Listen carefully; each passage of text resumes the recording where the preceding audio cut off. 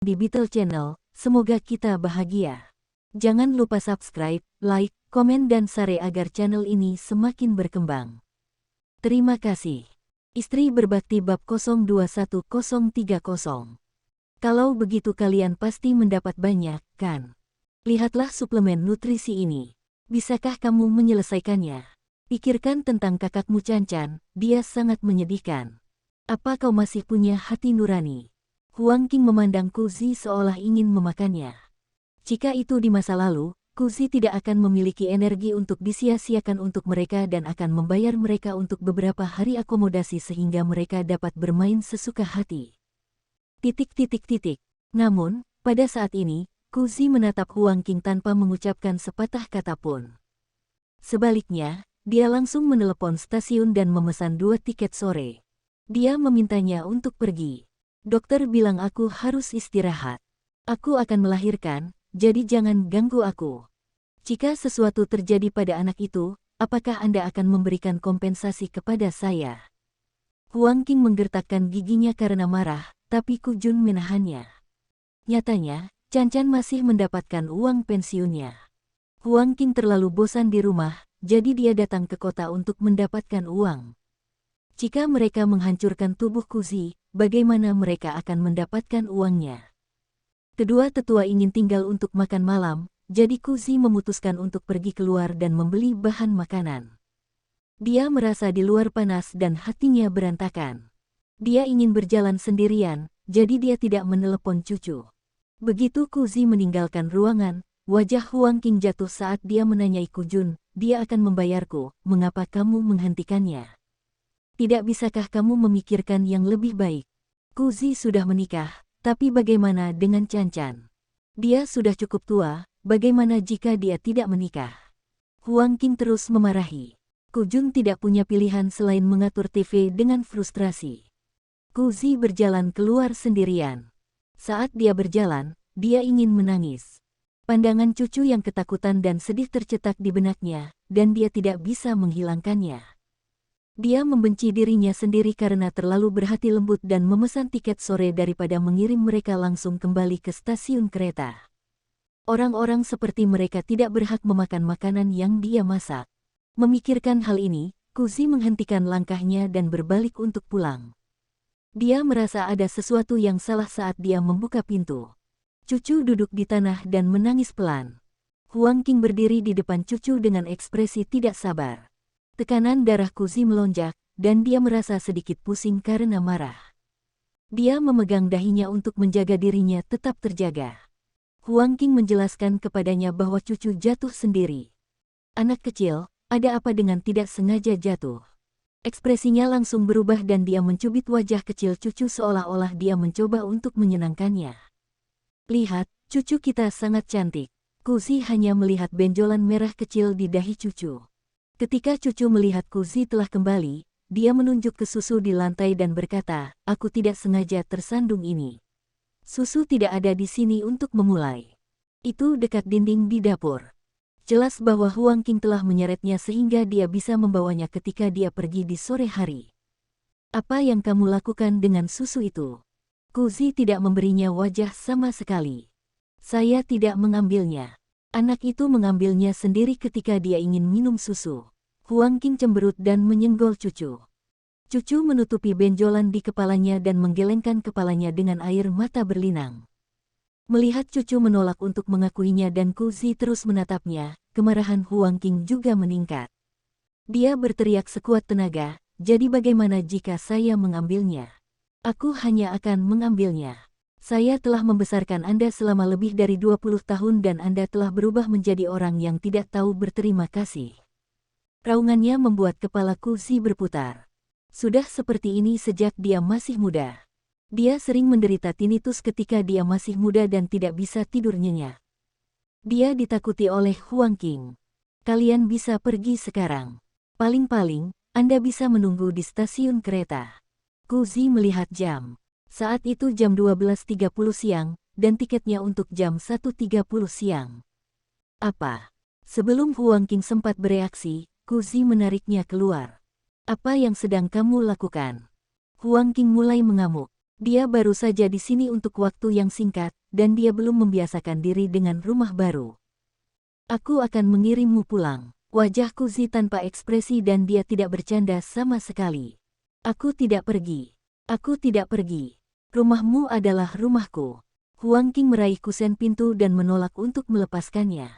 Kujun berdiri di samping tanpa mengucapkan sepatah kata pun.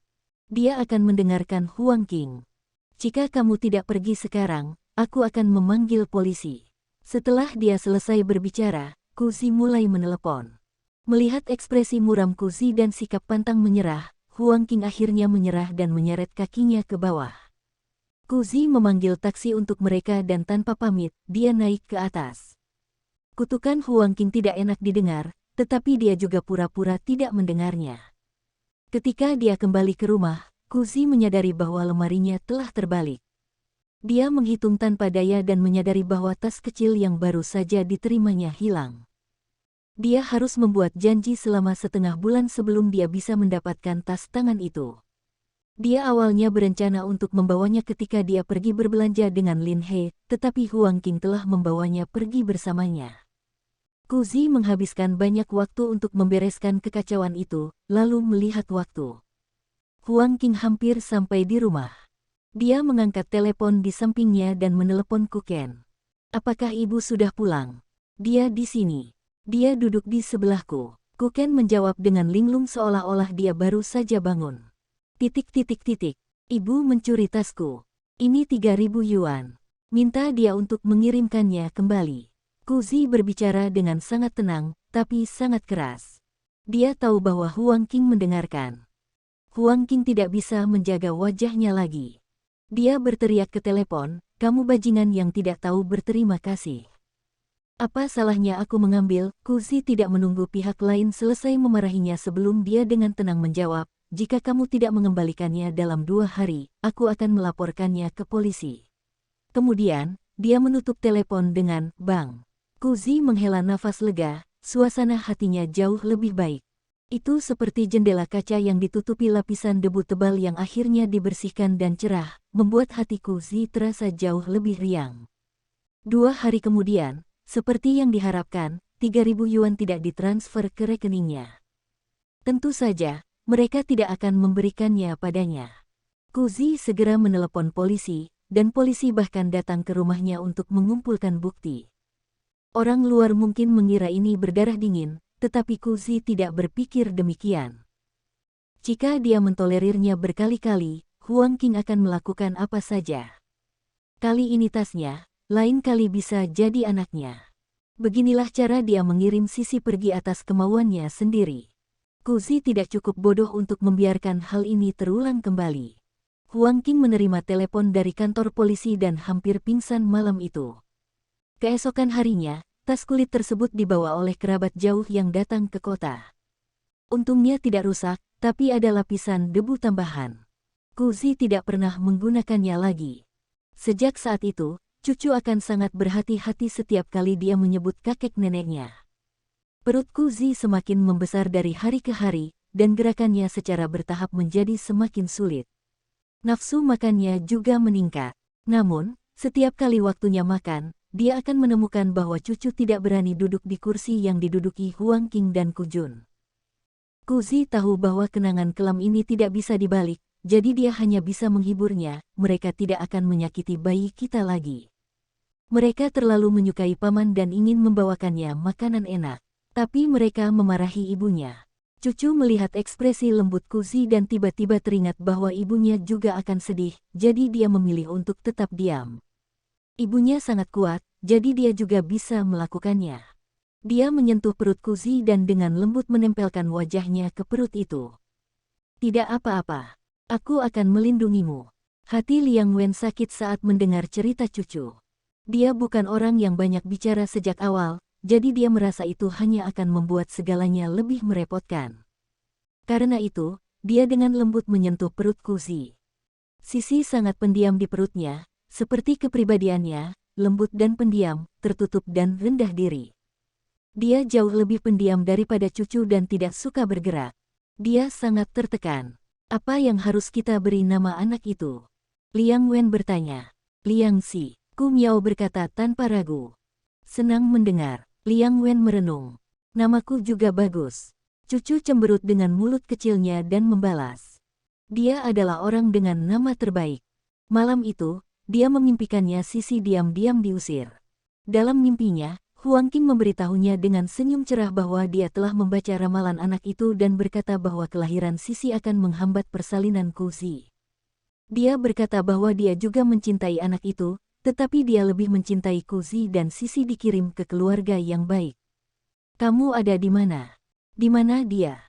Kepada siapa kamu memberikannya? Ku Zi, yang selalu lembut dan baik hati, hancur. Dia berteriak sampai suaranya serak. Siapa yang mengizinkan kamu memberikan anak saya kepada orang lain? Dia adalah anakku. Aku tidak tahu. Hanya melihatmu. Kamu tidak tahu apa-apa, anak itu akan menderita bersamamu. Huang Qing mendengus dingin seolah dia tidak berpikir dia telah melakukan kesalahan. Liang Wen yang selama ini diam, tiba-tiba membanting tinjunya ke atas meja. Meja kayu itu tampak seperti akan hancur berantakan. Matanya merah dan dia bertanya, kepada siapa kamu memberikan anak itu? Bahu Huang Qing bergetar, terlihat sedikit ketakutan. Saat berikutnya, dia langsung berbaring di tanah, menendang kakinya dan berkata tanpa malu, dia sudah pergi, sudah pergi. Dia sudah menjadi milik orang lain, jadi aku tidak bisa mendapatkannya kembali. Jika Anda masih menginginkannya, saya tidak bisa berbuat apa-apa. Bunuh saja aku jika kau marah. Lakukan, lakukan.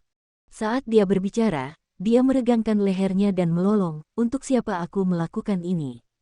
Itu semua karena negara hanya mengizinkan 2 anak. Aku ingin meninggalkan seorang putra untuk keluargamu. Kamu tidak tahu terima kasih, tidak tahu terima kasih. Ku Zi seperti boneka, dengan sedih duduk di tanah dan tidak mengatakan apa-apa. Kepalan tangan Liang Wen bergetar sedikit. Aku tidak membutuhkanmu untuk melakukan ini demi kebaikanku sendiri. Saya hanya ingin tahu di mana putri saya. Ku Zi, yang sedang duduk di tanah, mengangkat kepalanya dan memohon dengan suara serak, Bu, kembalikan anak itu kepadaku. Huang Qing, yang sedang berbaring di tanah, dengan cepat bangkit dan menunjuk ke hidung Ku Zi saat dia memarahi, kamu masih berani meminta anak itu dariku. Jika bukan karena perutmu, apakah aku akan memberikan anak itu? Saya juga nenek dari anak itu. Apakah saya harus begitu kejam? Aku melakukan ini demi kamu dan istrimu. Pada akhirnya, Anda semua memaksa saya. Baiklah, aku orang jahat. Saya akan mati. Aku akan membayar kematian putrimu. Setelah Huang Qing selesai berbicara, matanya menyapu ke sekeliling ruangan, dan kemudian dia akan membenturkan kepalanya ke dinding. Titik. Ku Jun menariknya ke belakang, dan Huang Qing masih berjuang di pelukannya, mulutnya berteriak karena bunuh diri, bagaimana kami melahirkan orang yang tidak tahu berterima kasih sepertimu? Apakah kamu benar-benar ingin melihat ibumu mati? Bagaimana kamu bisa begitu kejam? Saat aku melahirkanmu, seharusnya aku mencekikmu sampai mati. Dengan begitu, kami tidak perlu mengkhawatirkanmu dan membayar dengan nyawa kami di usia ini. Aku akan bertanya padamu untuk terakhir kalinya, di mana putriku? Liang Wen memandang lelucon di depannya dengan dingin dan terus maju. Namun, Ku Zi yang berdiri di antara kedua belah pihak sudah menangis. Dia seperti boneka, menatap kosong pada lelucon itu. Dia menyaksikan meja, kursi, dan barang-barang di rumah semuanya jatuh. Tepat saat suasananya paling tegang, dia membuka mulutnya dan berkata dengan tatapan tumpul di matanya, lupakan saja. Saya masih bisa melahirkan. Ayo punya anak lagi. Aku pasti akan memberimu seorang putra kali ini. Liang Wen menatapnya dengan tak percaya, matanya semakin dingin. Akhirnya, dia membanting pintu dan keluar. Detik berikutnya, dia berdiri di gerbang SMP Tangtu. Sisi mengenakan seragam sekolah menengahnya dan memiliki wajah yang 70% mirip dengannya. Dia menatapnya dengan dingin, dengan kedinginan dan kebencian. Itu seperti pisau tajam yang langsung membangunkannya. Air matanya mengalir deras, dan pikirannya berantakan. Untuk sesaat, itu adalah lolongan kering Huang Qing ketika dia akan menabrak dinding, dan untuk sesaat, itu adalah ekspresi acuh tak acuh Sisi. Apa yang salah? Liang Wen mendengar isak tangis Kuzi dan terbangun. Dia menyalakan lampu dan bertanya, "Kamu tidak enak badan?" Kuzi menggertakkan giginya agar nada isakannya tidak terlalu kentara. Dia melihat wajah Liang Wenguang di bawah cahaya dan mengingat wajah marahnya dalam mimpinya. Dia ingat bagaimana dia akan memperlakukannya dengan dingin di masa depan. Kuzi tiba-tiba sepertinya mengerti sesuatu. Kalau dipikir-pikir, sikap Liang Wen terhadapnya sepertinya telah berubah sejak hari itu. Jadi, dia menyalahkannya. Dia membencinya karena menyerah begitu saja pada anaknya sebagai seorang ibu. Kuzi mau tidak mau membuka mulutnya lebar-lebar, dan bahkan bernapas menjadi sulit. Segala sesuatu di masa lalu seperti kabut yang tertiup angin untuk mengungkapkan yang asli dan layu di dalamnya. Air mata Kuzi mengalir lebih deras, dan dia bahkan mengulurkan tangan untuk memukul dadanya. Liang Wen terkejut dengan tindakan tiba-tiba Kuzi. Dia dengan cepat mengulurkan tangan untuk menghentikannya dan menariknya ke dalam pelukannya. "Jika kamu tidak enak badan, kita bisa pergi ke rumah sakit." Pada saat ini, emosi Kuzi benar-benar runtuh. Dia hanya merasa bahwa dia sangat salah dalam kehidupan sebelumnya. Dia pasti tertipu bahwa dia benar-benar meminta Huang Qing untuk mengirimnya. Tidak, dia menjual putrinya. Huang Qing sama sekali tidak mengirim anak itu ke keluarga yang baik. Sebaliknya, dia menjual anak itu seharga 8.000 yuan. Dia baru mengetahui tentang berita ini nanti di pesta anak Kuken yang berumur 1 bulan ketika orang tuanya terlalu banyak minum dan secara tidak sengaja melewatkannya. Dia bukan ibu yang baik. Dia telah mengecewakan Sisi.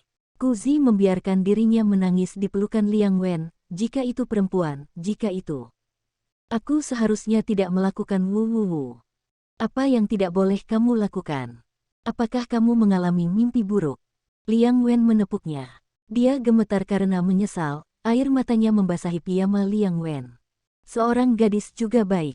Cucu sangat imut. Liang Wen memeluknya dengan lembut dan perlahan mengusap rambutnya. Waktu yang mereka habiskan bersama terlalu sedikit, jadi dia jarang punya waktu untuk mengobrol dengan Kuzi. Di masa lalu, Liang Wen tidak pernah mempercayai Kuzi karena dia lemah dan rendah diri, dan dia tidak bisa menahan sedikit pun rangsangan emosional dari dunia luar. Jadi, dia membantunya membuat keputusan sehingga dia tidak perlu khawatir atau takut. Namun, Liang Wen tidak tahu bahwa cinta perlu diungkapkan. Membuat keputusan tanpa komunikasi akan dengan mudah menyebabkan pikiran Kuzi menjadi liar. Emosi Kuzi berangsur-angsur menjadi tenang dalam pelukan hangat Liang Wen. Ketika dia mendengarkan pria itu berbicara tentang betapa baiknya memiliki seorang gadis, sebagian besar kebencian yang dia miliki terhadap pria yang dia bawa dengan kelahirannya kembali menghilang. Pada saat yang sama, dia sepertinya samar-samar memahami sesuatu. Dalam kehidupan masa lalunya, dia masih terlalu lemah. Saat menghadapi Sisi, dia sepertinya lebih merasa bersalah daripada cinta.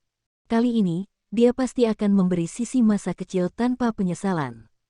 Meski perut Kuzi sudah sangat besar, dia masih gelisah. Di masa lalu, yang perlu dia lakukan di rumah hanyalah melakukan pekerjaan rumah tangga, menyirami bunga, dan membaca beberapa buku. Itu saja. Di sore hari, saat cucu kembali, dia akan menyiapkan makan malam. Ketika Liang Wen kembali, dia akan memasak makan malam. Sehari berlalu dengan cepat, begitu pula 30 tahun. Ketika dia sendirian di rumah pada sore hari, dia sering merasa bahwa memasak terlalu merepotkan, jadi dia mengabaikannya. Dia sekarang mengerti bahwa kesehatan Sisi sangat buruk saat itu karena dia tidak memperhatikan untuk melengkapinya dengan nutrisi. Sekarang, dia harus memasak daging untuk dirinya sendiri di sore hari. Meski reaksi kehamilan yang kuat membuatnya kehilangan nafsu makan, ia tetap harus makan dengan baik dan memberikan nutrisi terbaik untuk bayinya. Selama periode waktu ini, berat badan Kuzi bertambah, tetapi sosoknya tidak berubah bentuk. Sebaliknya, dia menjadi lebih berkembang dengan baik dan wajahnya juga menjadi lebih cerah. Ketika Lin He mendatanginya beberapa hari yang lalu dan meminta bantuannya untuk renovasi, dia hampir tidak dapat mengenali Kuzi. "Hei, produk riasan atau perawatan kulit apa yang kamu gunakan?" Dia dengan lembut menyentuh kulit putih Kuzi, yang seperti telur yang dikupas, dan mendecakkan lidahnya dengan kagum. Matanya dipenuhi dengan rasa iri. Saya tidak menggunakan riasan apapun, saya hanya memiliki yang lebih baik. Kuzi mengatakan yang sebenarnya padanya. Bahkan, itu adalah temperamennya yang mengasuhnya. Dengan kebiasaan Kuzi untuk marah di masa lalu, ditambah dengan fakta bahwa mereka menggunakan pemerasan emosional untuk membuatnya marah setiap hari, wajar baginya untuk menua dengan cepat. Hari-hari ini akan sangat kacau jika dia tidak mengirim mereka kembali ke kampung halaman mereka. Lihat, kamu tidak terlihat seperti wanita berusia 30-an. Kamu lebih terlihat seperti seorang mahasiswa, kata Lin He. Orang sombong seperti dia sebenarnya mengatakan hal-hal yang lebih baik kepada Kuzi. Dia sepertinya benar-benar mulai mengungkapkan niat baiknya kepada Kuzi. Berbicara tentang ini, Kuzi tiba-tiba teringat pada seorang teman Liang Wen. Saat itulah Liang Wen memarahinya selama sesi minum. Itu juga bos dari sesi minum nama keluarga Su. Dia menekan seorang wanita mungil yang duduk di sebelahnya dan dengan bangga memperkenalkannya kepada orang-orang di sekitarnya. Ini istriku, seorang mahasiswa. Dia sekarang adalah direktur keuangan H Group. Orang-orang di sekitar mereka memandang mereka dengan iri. Mahasiswa di era itu sama langkahnya dengan bulu phoenix dan tanduk kilin. Pantas saja kau sangat cakap, seorang direktur keuangan wanita. Wanita itu berpenampilan baik, bermartabat, dan murah hati, menekan Kuzi yang meringkuk sampai dia tidak bisa mengangkat kepalanya. Kuzi tahu bahwa di antara banyak tatapan iri dan menyetujui, ada sepasang mata dingin yang seperti pedang tajam mengarah padanya. Kuzi tidak memiliki banyak hal untuk ditawarkan. Dia tidak punya pekerjaan, jadi dia bahkan tidak berani keluar dari rumahnya. Sekarang Lin He menyebutkannya, dia memikirkannya.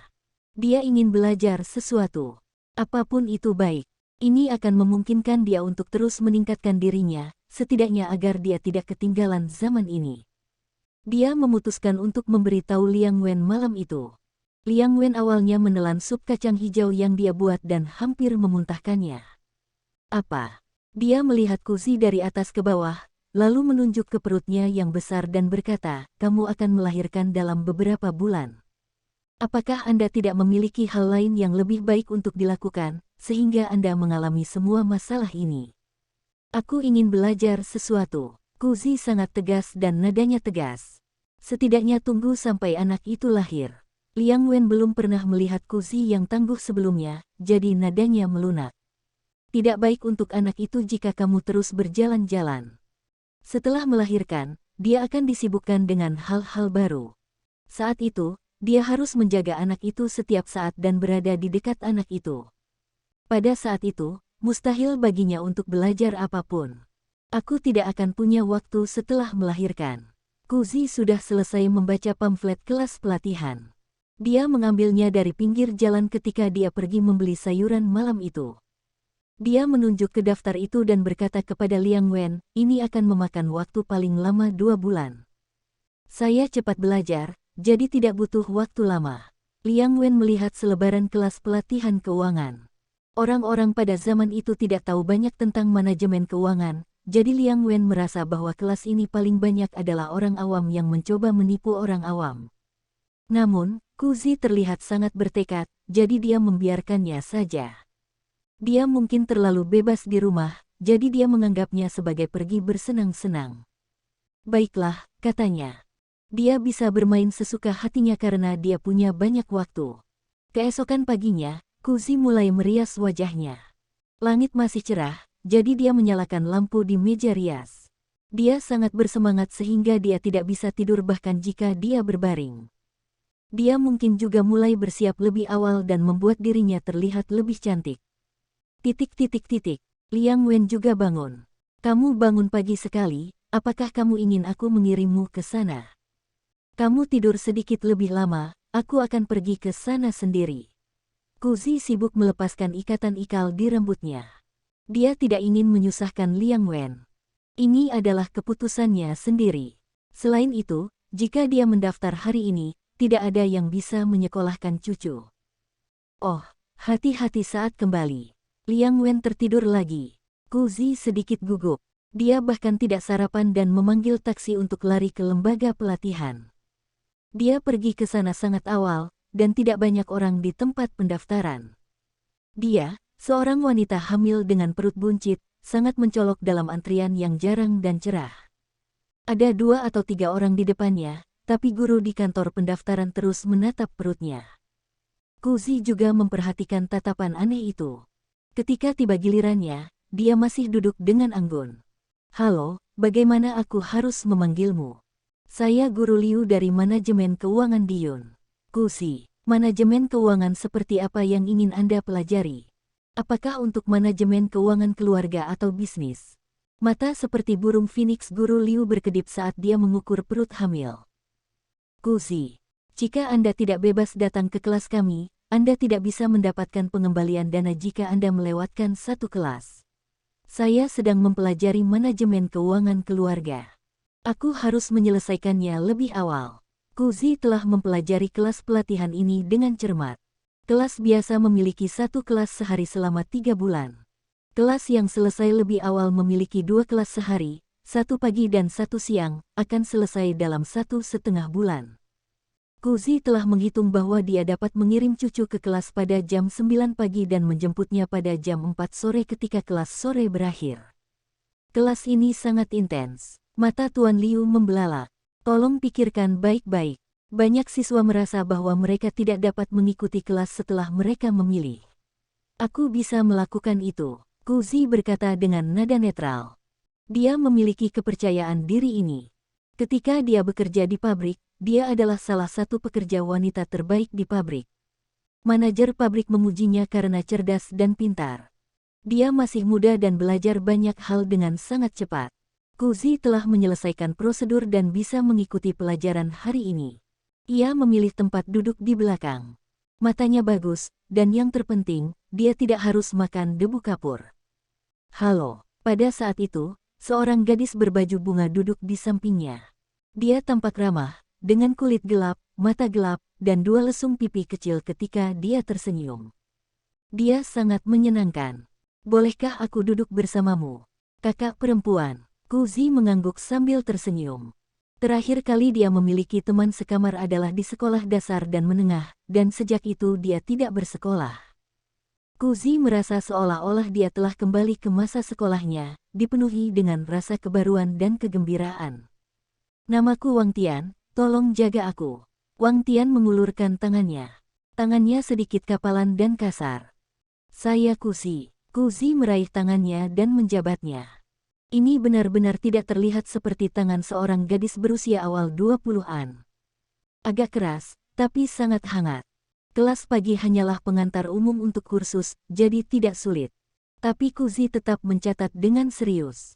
Karena kelas sore akan dimulai sekitar pukul 1, Kuzi harus makan siang di lembaga pelatihan. Saat dia berdiri dan hendak pergi, Wang Tian menariknya kembali. "Kakak, jauh sekali untuk mendapatkan makanan dari sini. Aku akan mengambilkannya untukmu, jadi jangan pergi." Kuzi tertegun. Dia tidak berharap dia mengatakan sesuatu seperti itu. Dia ingin menolak, tapi Wang Tian sudah habis. Setelah beberapa saat, Wang Tian kembali dengan membawa 2 piring makanan. Makanan di sini sudah termasuk dalam biaya pelatihan, dan ternyata sehat. Tidak ada minyak kental atau terlalu banyak garam, dan jumlahnya banyak. Mungkin karena dia tidak sarapan pagi ini dan telah belajar keras selama setengah hari, tapi Kuzi memiliki nafsu makan yang baik dan dia makan 2 kali lipat dari biasanya. Wang Tian juga memuji, "Nafsu makan saudari benar-benar baik." Kuzi tertawa. Gadis kecil ini sangat menyenangkan, membuat orang ingin lebih dekat dengannya. Setelah beberapa percakapan, Kuzi mengetahui bahwa Wang Tian juga tidak punya pekerjaan. Wang Tian telah bekerja di sebuah pabrik elektronik dan baru saja mengundurkan diri belum lama ini. "Mengapa Anda mengundurkan diri?" Kuzi sangat iri padanya. Gadis kecil ini memiliki prospek yang bagus pada pandangan pertama. Jadi menjadi istri yang tinggal di rumah jelas bukan pilihan pertamanya. "Saya sedang mencari pekerjaan di kampung halaman saya." Wang Tian tersenyum dan berkata kepadanya, "Setelah belajar di sini, saya akan kembali ke kampung halaman saya." Wang Tian berkata bahwa dia telah melahirkan anaknya sangat awal. Dia telah meninggalkan putranya di kampung halamannya untuk diasuh oleh orang tuanya. Dia sudah duduk di kelas 1. Suaminya adalah seorang guru matematika sekolah dasar di C-City, dan profesi sekundernya adalah bengkelnya sendiri. Dia biasanya sangat sibuk. Kesehatan putranya akhir-akhir ini kurang baik dan dia harus sering pergi ke rumah sakit. Hatinya sakit untuknya. Dia merasa bahwa dia telah menganiaya anaknya dan bahwa dia berutang banyak padanya. Dia berkata bahwa dia memiliki kedekatan khusus dengan Kuzi sejak pertama kali dia melihatnya. Mereka adalah orang-orang yang sama. Dulu saat dia bekerja di pabrik elektronik, dia juga seperti ini. Dia belajar dan bekerja keras dengan perut buncit. Dia mengatakan bahwa saat dia bekerja, dia berpikir untuk memberi anak itu lingkungan yang baik untuk tumbuh dan melihatnya tumbuh dengan bahagia. Dia tidak berharap bahwa dia masih tidak bisa melakukannya. Mata Wang Tian berkaca-kaca, tapi dia masih dengan lembut meletakkan tangannya di perut hamil Kuzi. Kamu akan melahirkan, kan? Apakah itu laki-laki atau perempuan? 2 bulan lagi. Itu perempuan. Kuzi tersenyum. Kamu sangat tampan, jadi gadis itu pasti cantik juga. Wang Tian sangat pandai memuji orang, dan kata-katanya membuat Kuzi merasa sedikit malu. Kuzi ingat bahwa Sisi memang sangat cantik. Cucu sebenarnya lebih mirip Liang Wen. Sisi dan dia praktis diukir dari cetakan yang sama. Kulitnya cerah, hidungnya mancung, dan matanya berbentuk almond. Satu-satunya perbedaan adalah dia sedikit lebih kurus dari Kuzi dan punggungnya sedikit bungkuk. Ini disebabkan oleh postur tubuh yang salah saat menulis. Ding! Wanita tua yang membunyikan bel di luar menarik talinya. Kelas siang telah dimulai. Kelas sore jauh lebih sulit, dan mereka sudah memulai pengenalan kepada para siswa. Ini sedikit berbeda dari yang diharapkan Kuzi. Dia berpikir bahwa manajemen keuangan keluarga akan lebih mudah dan lebih mudah untuk dipahami, tetapi dia tidak mengharapkan guru pelatihan untuk membuat buku teks profesional dan mulai mengajari mereka pertanyaan yang hanya digunakan dalam akuntansi sekolah dasar. Faktanya, Kuzi dapat mengingat proses yang telah dijelaskan oleh gurunya, tetapi dia masih asing dengan istilah teknisnya. Tidak ada yang pernah mengajarinya hal ini. Kuzi mengerutkan kening dan menggigit ujung penanya. Pada saat ini, Wang Tian dengan lembut menyodoknya dengan pulpen dan mengingatkannya dengan suara rendah, ini adalah penyimpanan uang. Wang Tian menggosok ibu jari dan jari telunjuknya, membuat gerakan menghitung uang. Kuzi tertawa terbahak-bahak dan segera mengerti. Langkah selanjutnya mudah, tidak ada kesulitan. Kuzi adalah orang pertama yang menyerahkan makalahnya selama ujian kelas.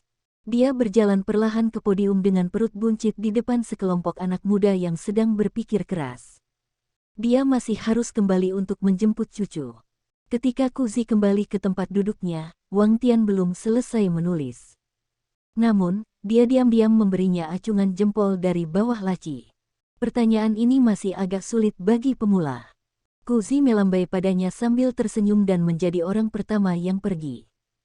Sinar matahari di luar tidak sepanas saat musim panas.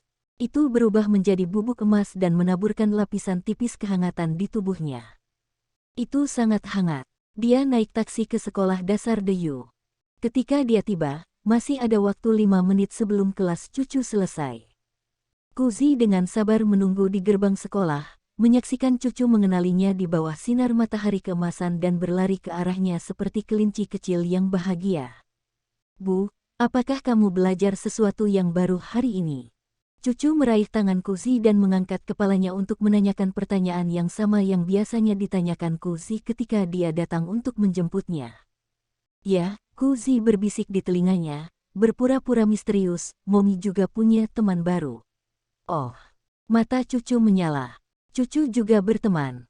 Kami bermain game bersama hari ini.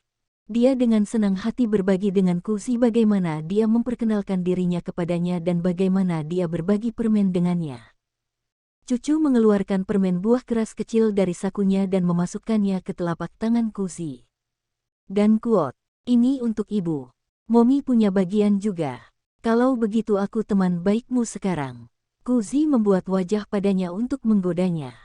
Cucu tidak bisa berhenti tertawa. Setelah makan malam, cucu menemukan Kuzi duduk di sampingnya, membaca buku tebal seolah sedang mencoba mengingat sesuatu. Bu, apakah kamu juga harus mengerjakan pekerjaan rumah? Cucu menegakkan punggungnya.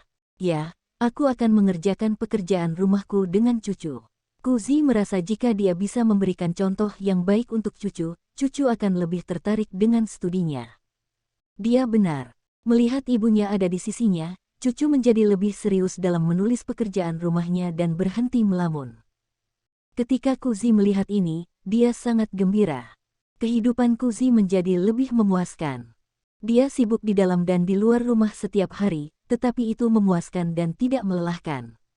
Kelas pelatihan keuangan libur, jadi Lin He mengajaknya berbelanja.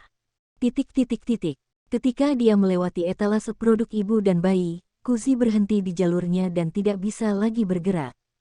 Apakah kamu melihat sesuatu yang baik? Lin He datang untuk melihatnya. Itu adalah one piece bayi merah muda dengan pola stroberi di atasnya. Bahannya sangat bagus dan terlihat sangat nyaman. Sisi suka makan stroberi. Dia ingin memakannya, tetapi dia tidak mengatakan apa-apa dan tidak pernah memintanya dari Kuzi.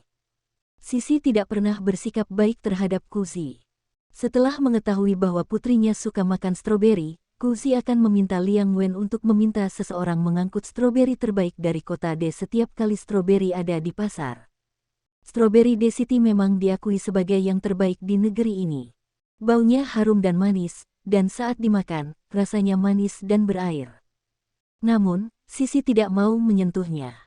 Bahkan ketika stroberi membusuk dan mulai tumbuh jamur, dia bahkan tidak akan melihat buah-buahan yang indah ini. Kuzi juga tidak tega membuangnya dan ingin memakannya sendiri, tetapi Liang Wen memarahinya. Dia tidak ingin makan sesuatu yang diangkut jauh-jauh ke sini saat kondisinya baik tetapi berpikir untuk memakannya saat sudah rusak. Bukankah ini sia-sia? Apakah itu tidak terlihat bagus? Lin He menarik tangan Kuzi untuk menyentuh materi itu. Jika Anda menyukainya, maka belilah. Bahannya juga bagus. Bahannya lembut, seperti tangan gemuk anak yang lembut. Hati Kuzi tergerak, dan dia mengambil beberapa potong. Dia merasa ini sudah cukup, tetapi ketika dia melewati toko ibu dan bayi berikutnya, dia mau tidak mau membeli satu set demi satu. Oh, sepertinya ini putri kecil yang lain. Lin He bermata tajam dan jeli, jadi dia segera mengenali bahwa itu adalah pakaian perempuan. Ya, ini perempuan. Kuzi memandang Lin He sambil tersenyum, kami adalah putri kecil. Lin He sebenarnya menginginkan seorang gadis juga, tetapi dia tidak ingin mengambil risiko memiliki yang lain, jadi dia hanya bisa iri. Itu hebat. Ada dua putri kecil sekarang. Dia juga mulai serius memilih pakaian untuk Kuzi. Sekarang Kuzi begitu kuat, dia harus membangun hubungan yang baik dengannya. Namun, Kuzi masih memikirkan cucu. Dia tidak memiliki banyak pakaian saat musim berganti, jadi Kuzi harus segera membeli 2 set untuknya. Jika dia membeli lagi, itu akan terlambat. Saat kembali ke rumah, Kuzi membawa tas penuh pakaian, besar dan kecil. Cucu segera bergegas untuk membantu. Wow, ini cucu memandangi pakaian merah muda dan lembut itu dan menepuk kepalanya.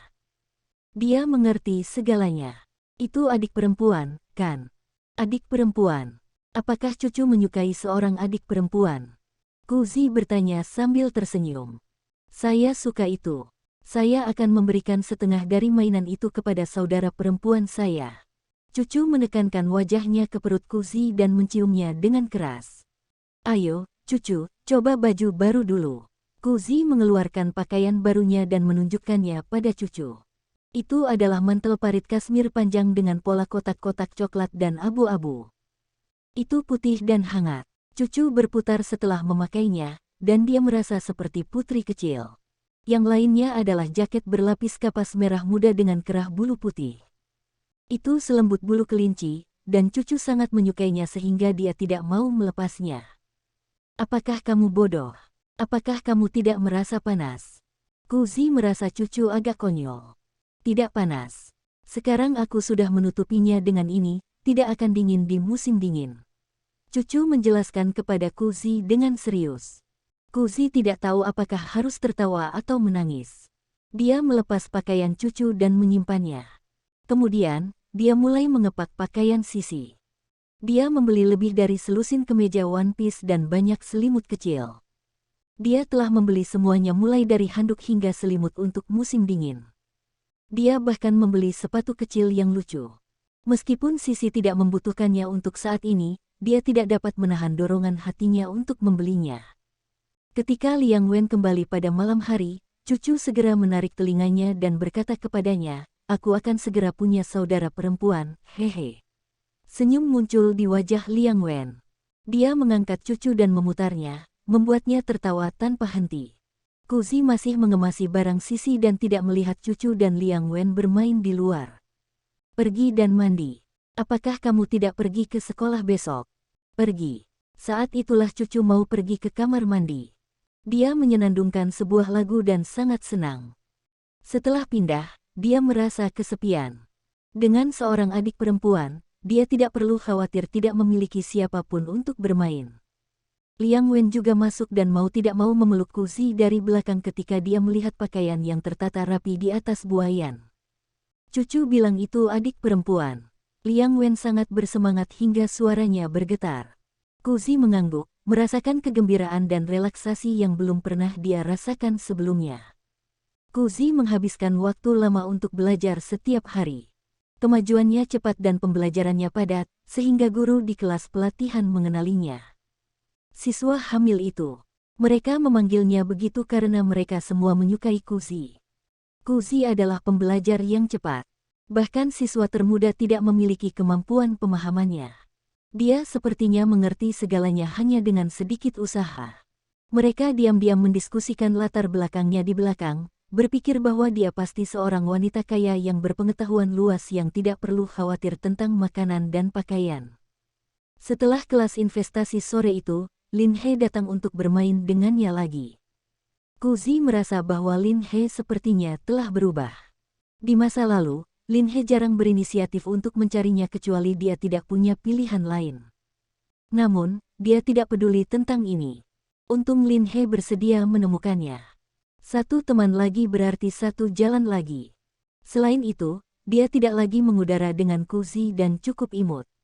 Namun, Lin He bertingkah sangat misterius hari ini, jadi dia langsung meminta Kuzi pergi ke kedai teh kecil yang baru dibuka. Dia bahkan secara khusus memilih kamar pribadi kecil di mana dia bisa melihat danau kecil di bawah kedai teh dari luar. Lin He meminta sepoci teh rosel. Tehnya berwarna ungu merah yang indah, seperti warna kelopak bulan. Lin He berkata bahwa teh ini baik untuk kecantikan dan baik untuk wanita. Lin He sangat menyukai teh ini.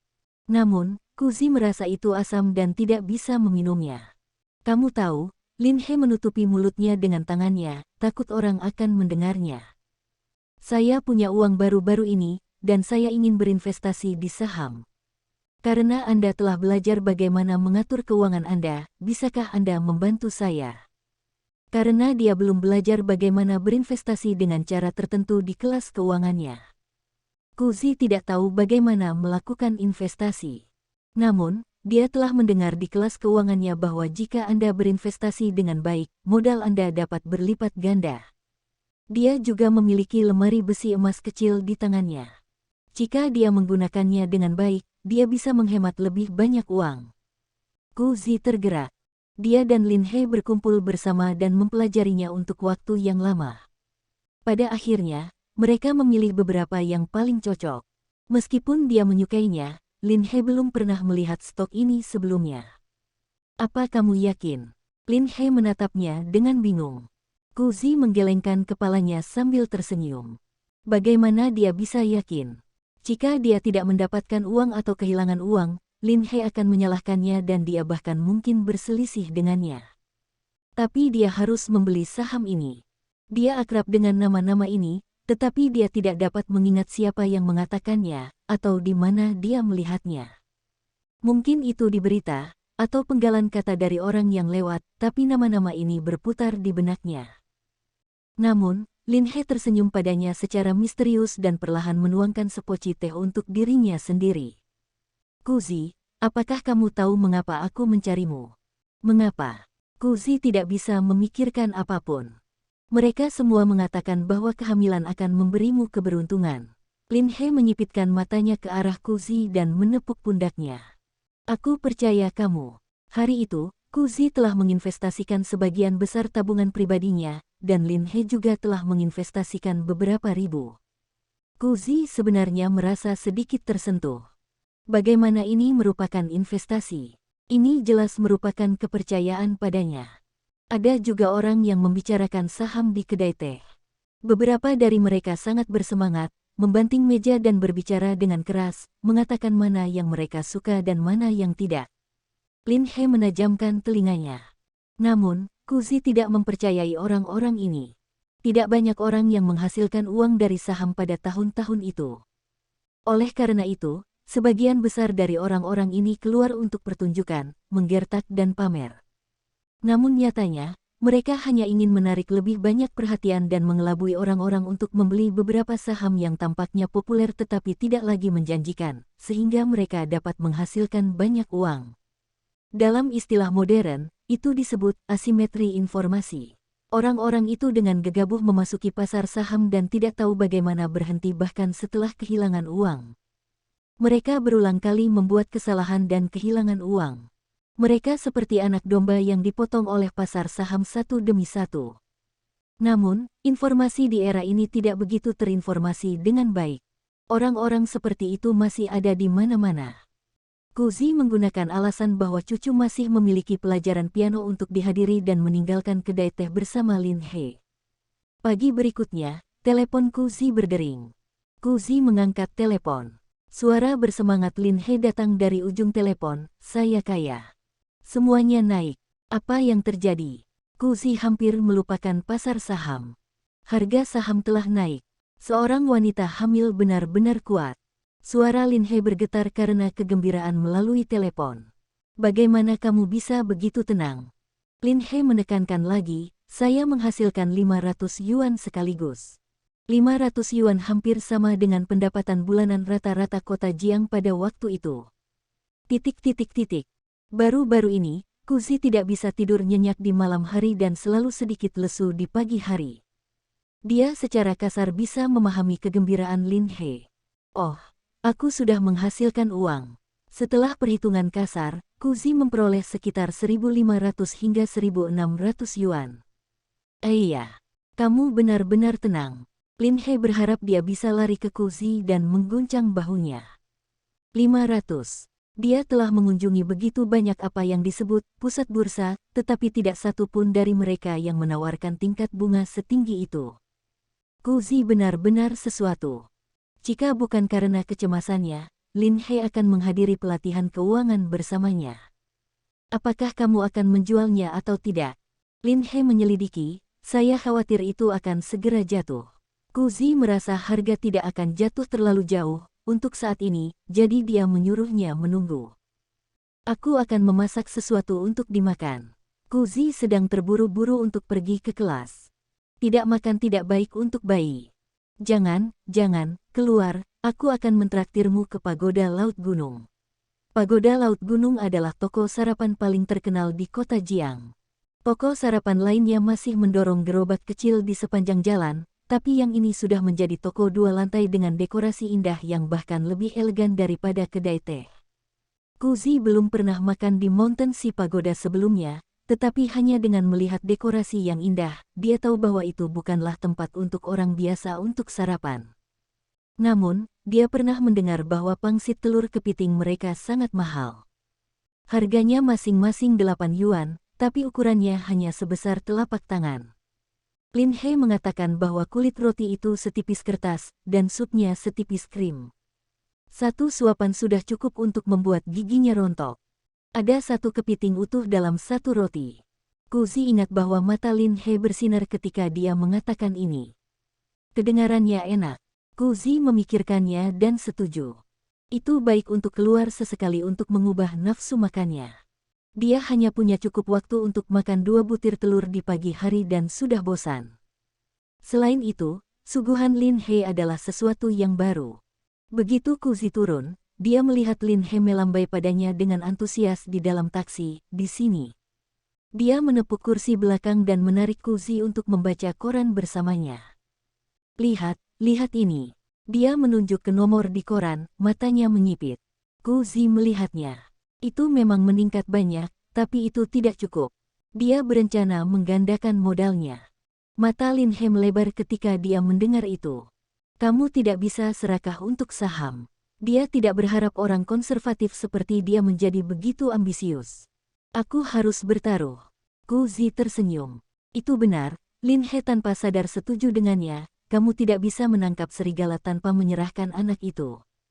Lin He melihat bahwa dia lebih riang daripada pemegang saham lainnya dan tiba-tiba merasa bahwa dia dapat diandalkan dan dapat dipercaya.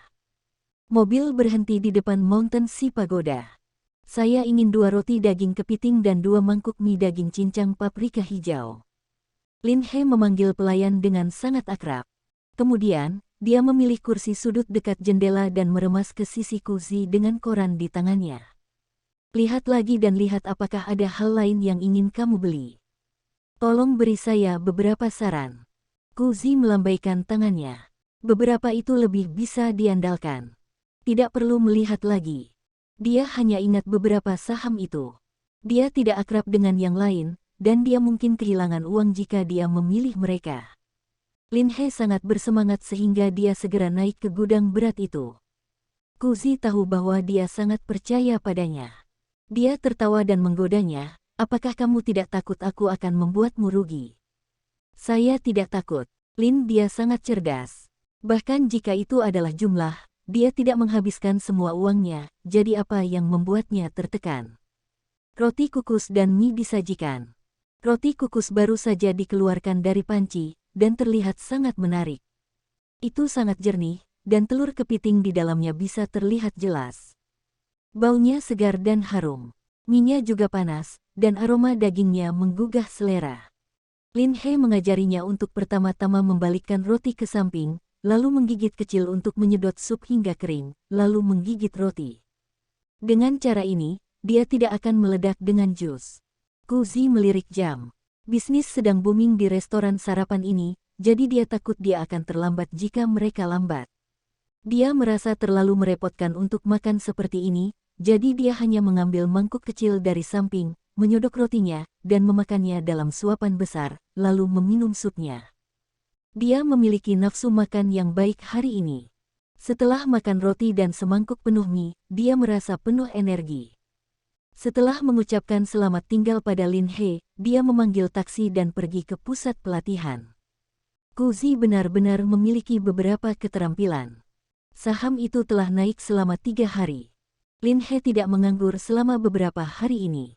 Dia menelepon Ku Zi tepat waktu setiap pagi dan mendesaknya untuk sarapan bersamanya, takut dia akan melewatkan kata-kata Ku Zi. Untungnya, Ku Zi meninggalkan rumah 1,5 jam lebih lambat dari Liang Wen dan cucu. Kalau tidak, dengan amarah Liang Wen, dia pasti akan terganggu oleh telepon yang berdering sepanjang waktu dan akan membongkar telepon tetap di rumah. Beberapa saham ini telah menjadi berita utama selama beberapa hari terakhir, dan para pemegang saham mulai berkerumun dan berinvestasi di saham populer. Dalam jangka pendek, ketika saham tertentu populer, yang berani akan selalu bisa mengumpulkan sejumlah uang. Namun, semakin banyak orang di sana, semakin besar risikonya. Tren bagus di pasar saham tidak akan bertahan lama. Ku Zi sangat menyadari hal ini. Dia ingat ada 1 tahun ketika pamannya mengikuti tren dan membeli saham, dan pada akhirnya, dia tidak bisa membereskan kekacauan itu. Ku Zi menghitung hari. Menurut tren ini, dia akan mendapatkan cukup uang besok dan bisa menjual sahamnya.